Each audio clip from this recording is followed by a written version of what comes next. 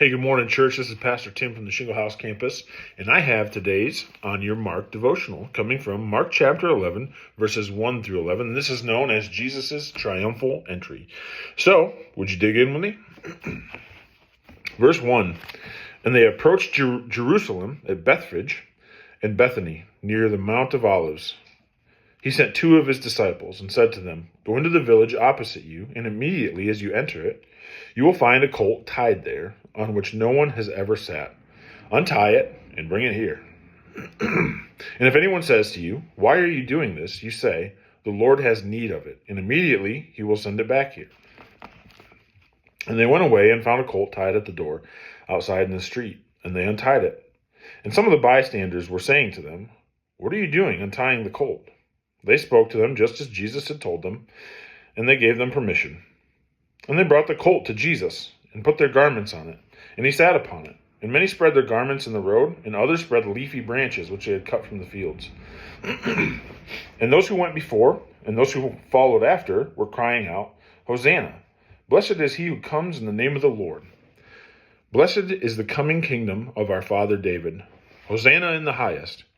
And he entered Jerusalem, and came into the temple, and after looking around, he departed for Bethany with the 12, since it was already late. So again, this is known as the triumphal entry, where Jesus comes into Jerusalem, and the Jewish people thought that Jesus was coming to establish his throne on earth, to free them from the oppression of the Romans, to set up his mighty kingdom and to make everything right there. Well, those shouts in verses 9 and 10 of, praise and singing Hosanna quickly turned to shouts of crucify him. Because when they discovered that Jesus did not come to set up an earthly kingdom, they kind of thought Jesus was a fraud. But here's the reality. This is a triumphal entry because Jesus, as we look back and know and understand now, that Jesus was establishing a spiritual kingdom. A kingdom that is marked by righteousness and humility and servanthood. Jesus is bringing salvation. He's setting up his heavenly kingdom to be established forever and ever, something that the Jews didn't quite understand. And so let's just think about this for a second. Jesus has this triumphal entry. First of all, it would have been a strange kind of triumph. Because if you spoke of Jesus' triumphal entry back in those days to the Romans, it would have been a joke. They would have laughed at you, because for them, triumphal entry was an honor granted to the Roman generals who won this great victory, and they would have rode in on these big, beautiful horses, chariots, parade. There would have been singing and feasting and all kinds of just massively celebrating. And so for Jesus to ride in on a donkey seems a little bit like a joke, and this is opposed, Jesus rides in on a donkey. The Roman generals ride in on a mighty horse. Well, the donkey signifies humility. It signifies that Jesus was coming in peace.